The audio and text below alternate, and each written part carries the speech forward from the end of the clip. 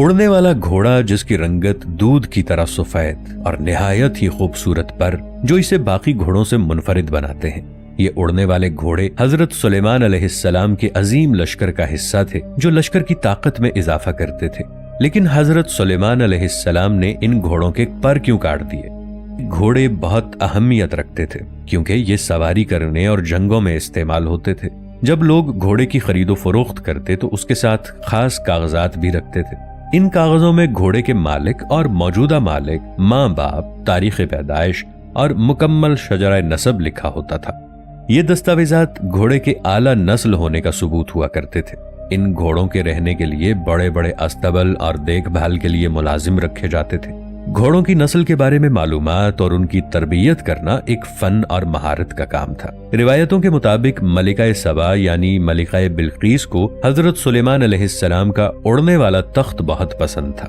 ایک دن ملکہ بلقیس نے حضرت سلیمان علیہ السلام کے ساتھ تخت پر بیٹھ کر دنیا کی سیر کرنے کی خواہش کا اظہار کیا تو حضرت سلیمان علیہ السلام نے تخت کو حکم دیا کہ ملکہ کی خواہش پوری کرے۔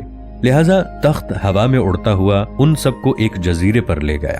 یہ جزیرہ 7 سمندروں کے درمیان میں تھا۔ اس جزیرے کی سیر کرتے ہوئے ملکہ بلقیس نے بہت خوبصورت نایاب گھوڑے دیکھے جن کے پر تھے۔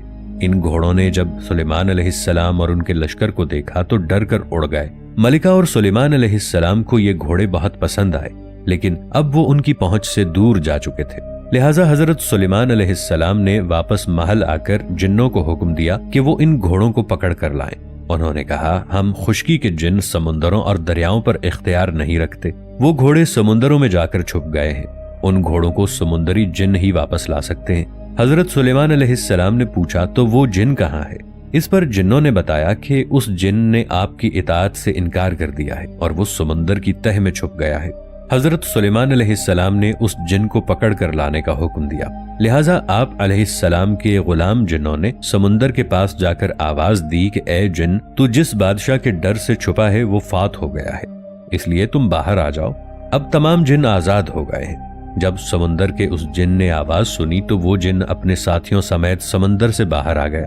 باہر آتے ہی اسے اور اس کے ساتھیوں کو پکڑ کر حضرت سلیمان علیہ السلام کے دربار میں پیش کیا گیا۔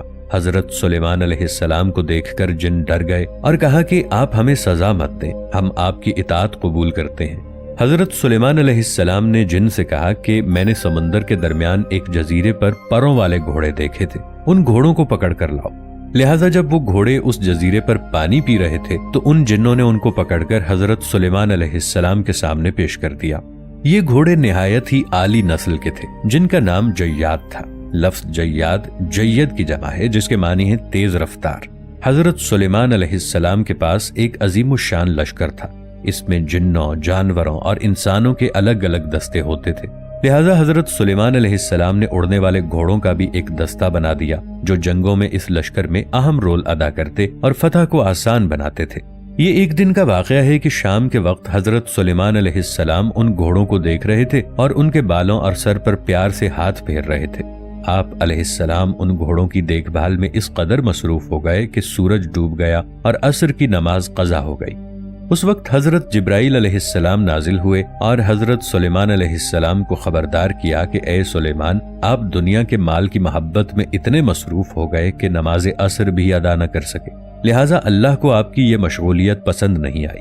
حضرت سلیمان علیہ السلام نے اللہ سے توبہ کی اور سجدے میں گر کر دیر تک روتے رہے اور فرمایا کہ اس چیز نے مجھے اللہ کی یاد سے غافل کر دیا تو میں ایسی چیز نہیں رکھوں گا۔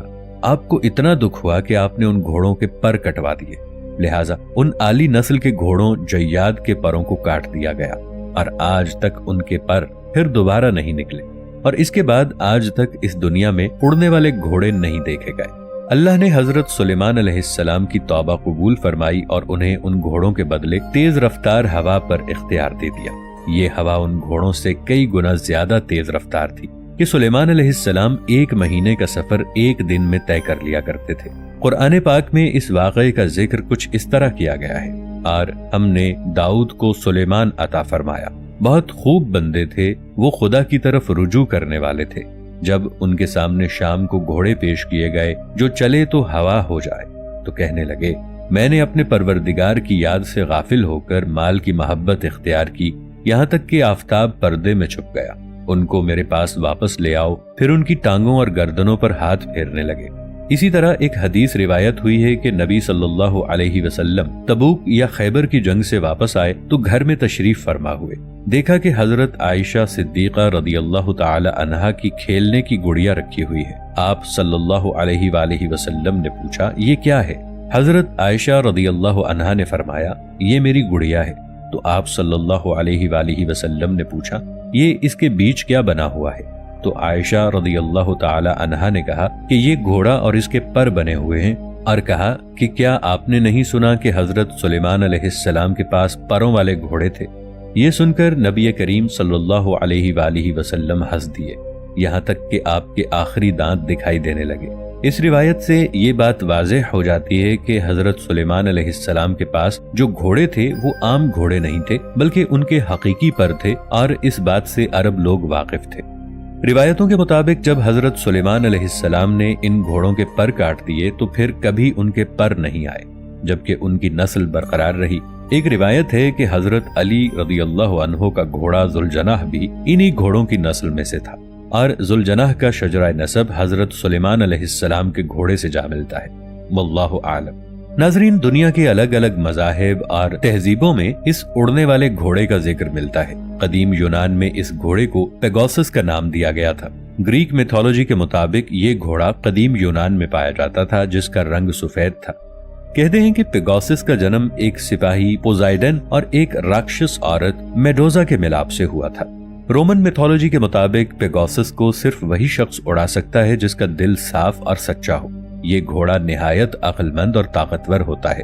قدیم یونانی لوگ اسے جیوس دیوتا کی سواری مانتے تھے، جو جیوس کو آسمانی بجلی لا کر دیا کرتا تھا۔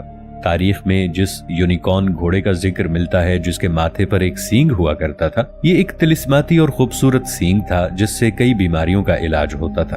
یونیکارنز کا ذکر جاپان، چین، روس اور یورپی ممالک کے قصے کہانیوں میں ملتا ہے۔ کہتے ہیں کہ یونیکارن دراصل سندھو گھاٹی میں رہا کرتا تھا اور دنیا میں آخری بار بھی انہیں یہیں دیکھا گیا تھا۔ ماہرین کو ایسے شواہد ملے ہیں جن سے پتہ چلتا ہے کہ اس قسم کا ایک جانور 26,000 سال قبل تک قازقستان میں انسانوں کے ساتھ رہتا تھا۔ ماہرین کو سائبیریا سے اس جانور کا 3.5 لاکھ سال پرانا ڈھانچہ ملا ہے، جو شکل سے کسی دیو ہیکل گینڈے کا ڈھانچہ لگتا ہے۔ تجزیے کے بعد ماہرین اس نتیجے پر پہنچے ہیں کہ اس جانور کی موت اگرچہ 3.5 لاکھ سال قبل ہوئی تھی، مگر اس کی نسل 26,000 سال قبل تک دنیا میں موجود تھی۔